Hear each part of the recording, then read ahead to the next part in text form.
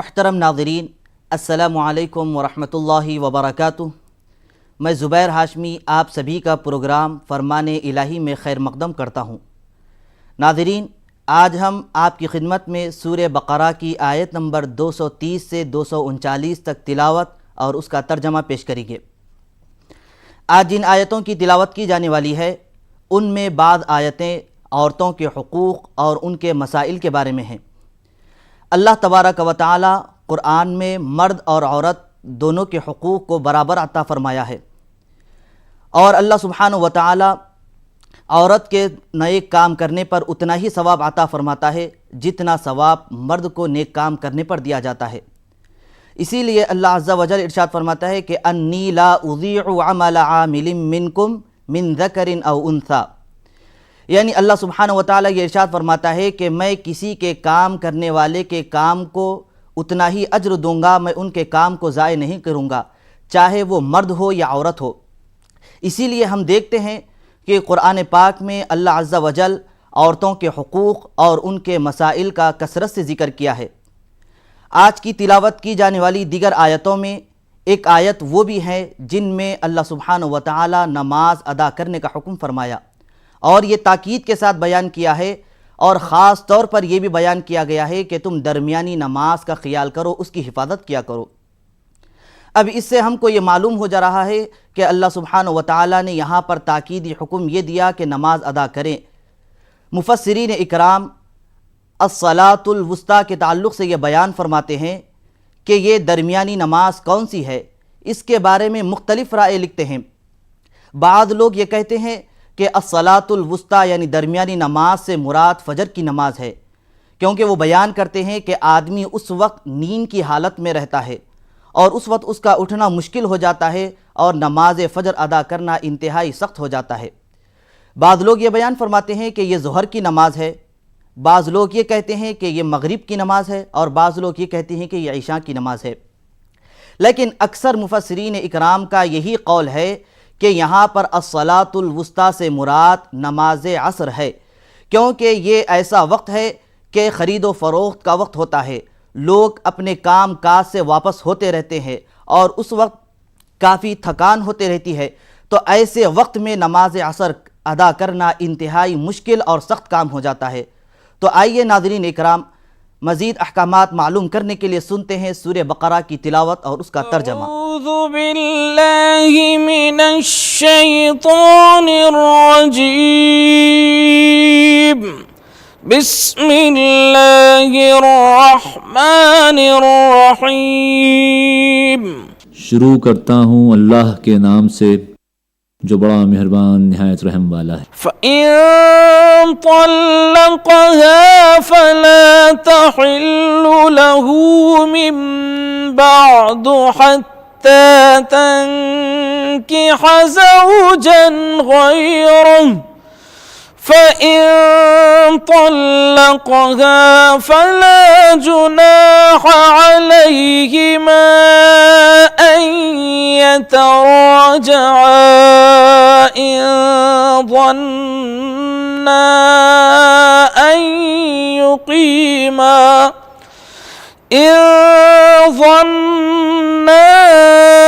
أَن يُقِيمَا حُدُودَ اللَّهِ، وَتِلْكَ حُدُودُ اللَّهِ يُبَيِّنُهَا لِقَوْمٍ يَعْلَمُونَ۔ پھر اگر دو بار طلاق دینے کے بعد شوہر نے عورت کو تیسری بار طلاق دے دی تو وہ عورت پھر اس کے لیے حلال نہ ہوگی، الا یہ کہ اس کا نکاح کسی دوسرے شخص سے ہو اور وہ بھی اسے طلاق دے دے۔ تب اگر پہلا شوہر اور یہ عورت دونوں یہ خیال کریں کہ حدود الہی پر قائم رہیں گے تو ان کے لیے ایک دوسرے کی طرف رجوع کر لینے میں کوئی مضائقہ نہیں۔ یہ اللہ کی مقرر کردہ حدیں ہیں جنہیں وہ ان لوگوں کی ہدایت کے لیے واضح کر رہا ہے جو اس کی حدوں کو توڑنے کا انجام جانتے ہیں۔ وَإِذَا طَلَّقْتُمُ النِّسَاءَ فَبَلَغْنَ أَجَلَهُنَّ فَأَمْسِكُوهُنَّ بِمَعْرُوفٍ فأمسكوهن بمعروف أو سرحوهن بمعروف ولا تمسكوهن ضرارا لتعتدوا ومن يفعل ذلك فقد ظلم نفسه ولا تتخذوا آيات الله هزوا واذكروا نعمة الله عليكم وما أنزل عليكم من الكتاب والحكمة يعظكم به واتقوا الله واعلموا أن الله بكل شيء عليم.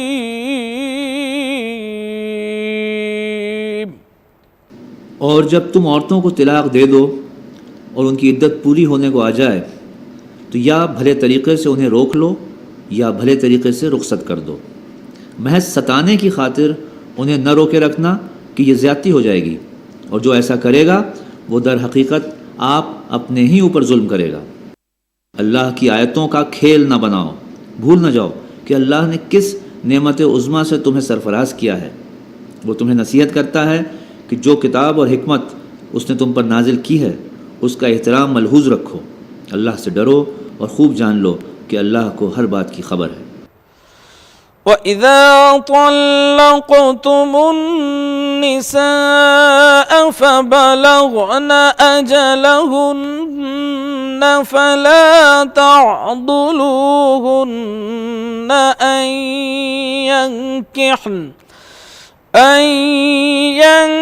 يَنكِحْنَ أَزْوَاجَهُنَّ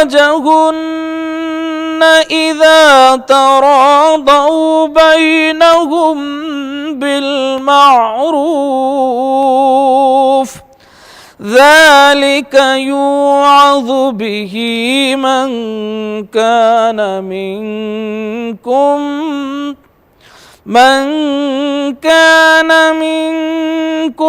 يؤمن بالله واليوم الآخر ذلكم أزكى لكم وأطهر والله يعلم وأنتم لا تعلمون. جب تم اپنی عورتوں کو طلاق دے چکو اور وہ اپنی عدت پوری کر لیں تو پھر اس میں مانع نہ ہو کہ وہ اپنے زیر تجویز شوہروں سے نکاح کر لیں جبکہ وہ بھلے طریقے سے باہم نکاح پر راضی ہوں.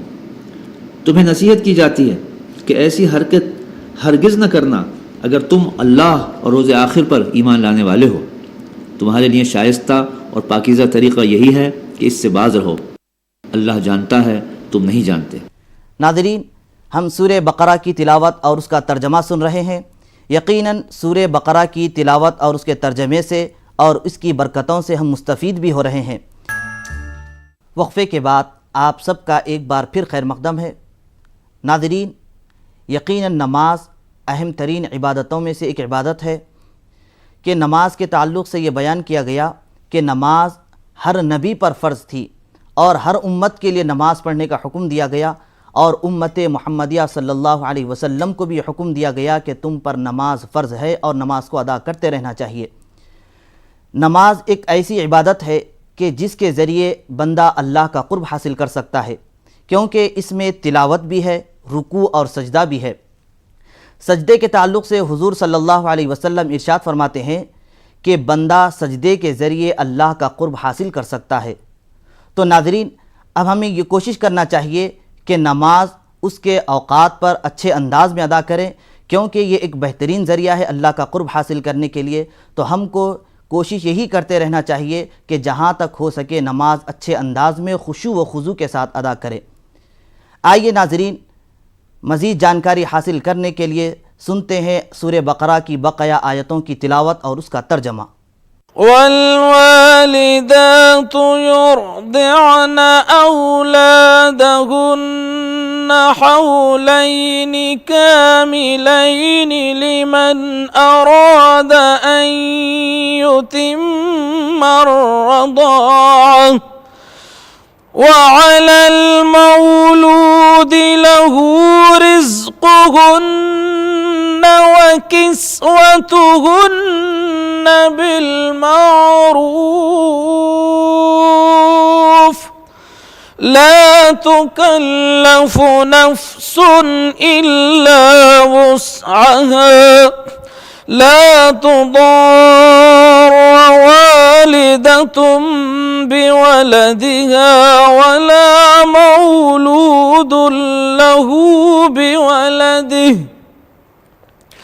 وعلى الوارث مثل ذلك فإن أرادا فصالا عن تراض منهما وتشاور فلا جناح عليهما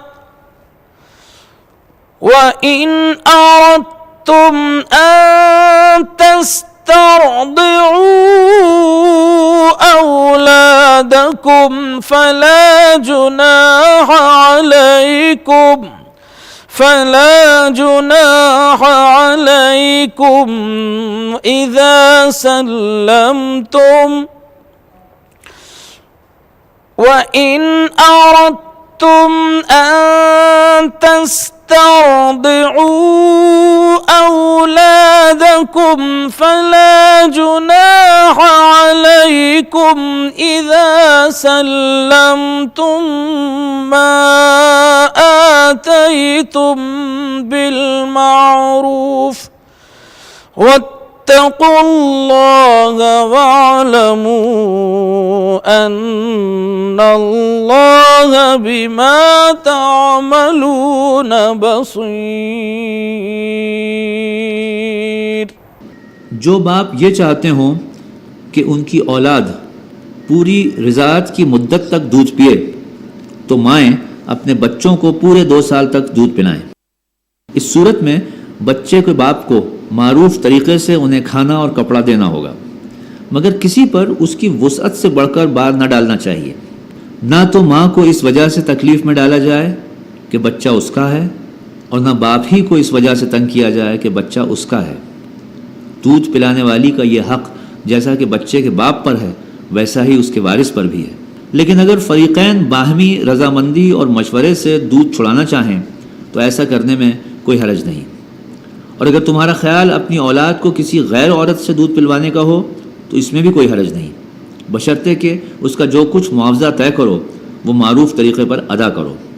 اللہ سے ڈرو اور جان رکھو کہ جو کچھ تم کرتے ہو سب کچھ اللہ کی نظر میں ہے. والذين يتوفون منكم ويذرون أزواجا يتربصن بأنفسهن 4 أشهر يتربصن بأنفسهن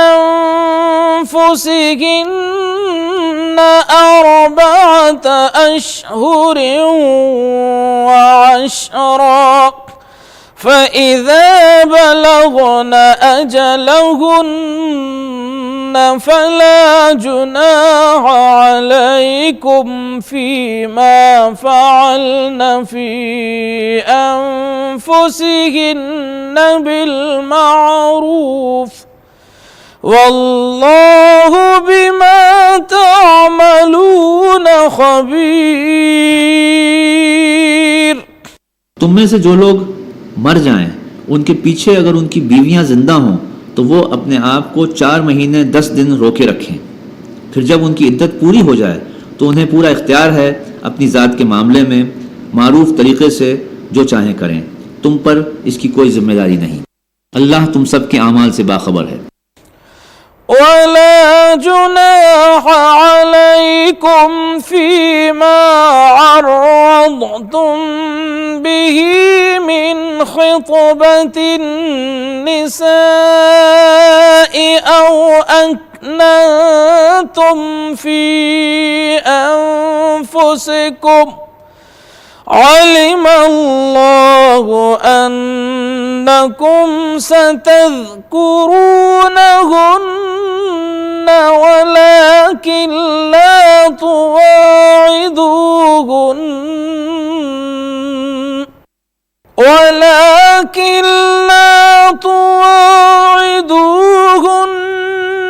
سرا إلا أن تقولوا قولا معروفا ولا تعزموا عقدة النكاح حتى يبلغ الكتاب أجله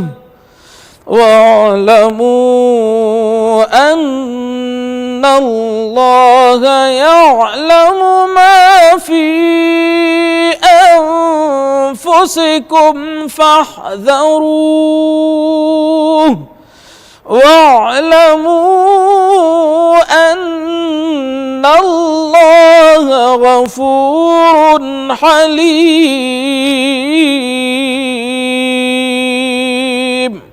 زمانہ عدت میں خواہ تم ان بیوہ عورتوں کے ساتھ منگنی کا ارادہ اشارے کنائے میں ظاہر کر دو، خواہ دل میں چھپائے رکھو، دونوں صورتوں میں کوئی مذائقہ نہیں. اللہ جانتا ہے کہ ان کا خیال تو تمہارے دل میں آئے گا ہی، مگر دیکھو خفیہ عہد و پیمان نہ کرنا. اگر کوئی بات کرنی ہے تو معروف طریقے سے کرو، اور عقد نکاح باندھنے کا فیصلہ اس وقت تک نہ کرو جب تک کہ عدت پوری نہ ہو جائے. خوب سمجھ لو کہ اللہ تمہارے دلوں کا حال جانتا ہے، لہٰذا اس سے ڈرو، اور یہ بھی جان لو کہ اللہ بردبار ہے اور چھوٹی چھوٹی باتوں سے درگزر فرماتا ہے. ناظرین، ہم سن رہے ہیں سورہ بقرہ کی تلاوت اور اس کا ترجمہ. یقیناً ہم سورہ بقرہ کی تلاوت اور اس کے ترجمے سے فیض یاب ہو رہے ہیں. مزید تلاوت جاری رہے گی. یہاں لیتے ہیں ایک چھوٹا سا وقفہ.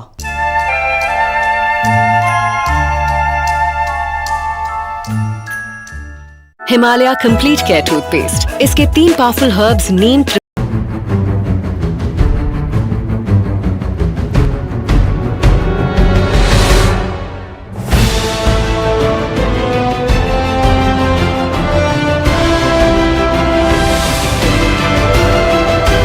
مقدم ہے. وقفے سے قبل ہم نماز کے تعلق سے سن رہے تھے. نماز یقیناً اہم عبادتوں میں سے ایک اہم ترین اور افضل ترین عبادت ہے. اس کی اہمیت اور اس کی افضلیت کا اندازہ اس بات سے لگایا جا سکتا ہے کہ اللہ سبحانہ و تعالی نے نماز کے علاوہ جتنی عبادتیں مقرر فرمائی ہیں وہ زمین پر مقرر فرمائی، لیکن نماز ایک ایسی عبادت ہے جس کو اللہ سبحانہ و تعالی آسمانوں اور عرش سے اوپر بلندیوں پر نماز کو فرض کیا. اور یہ نماز حضور اکرم صلی اللہ علیہ وسلم پر شب معراج کے موقع پر فرض کیا. حضور اکرم صلی اللہ علیہ وسلم اسی لیے اس نماز کی اہمیت اور افضلیت بتاتے ہوئے ارشاد فرماتے ہیں کہ الصلاۃ عماد الدین، یعنی نماز دین کا ستون ہے.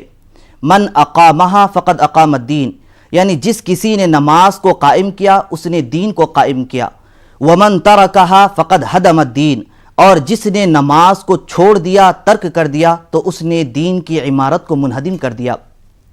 تو ناظرین اکرام، آئیے مزید جانکاری حاصل کرنے کے لیے سنتے ہیں سورہ بقرہ کی تلاوت اور اس کا ترجمہ.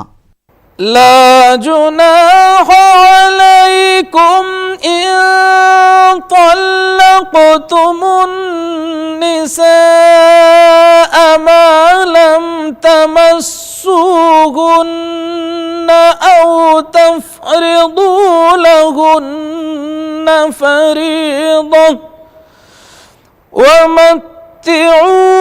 ومتعوهن على الموسع قدره وعلى المقتر قدره متاعا بالمعروف حقا على المحسنين.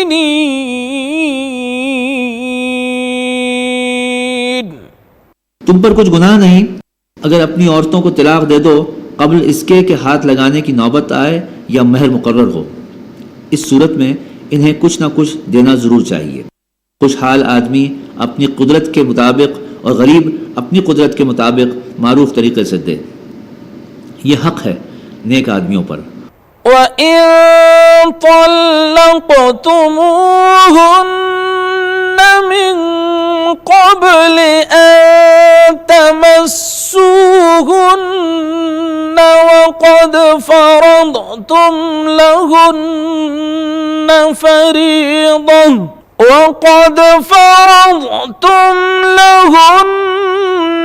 فَرِيضَةً فَنِصْفُ مَا فَرَضْتُمْ إِلَّا أَن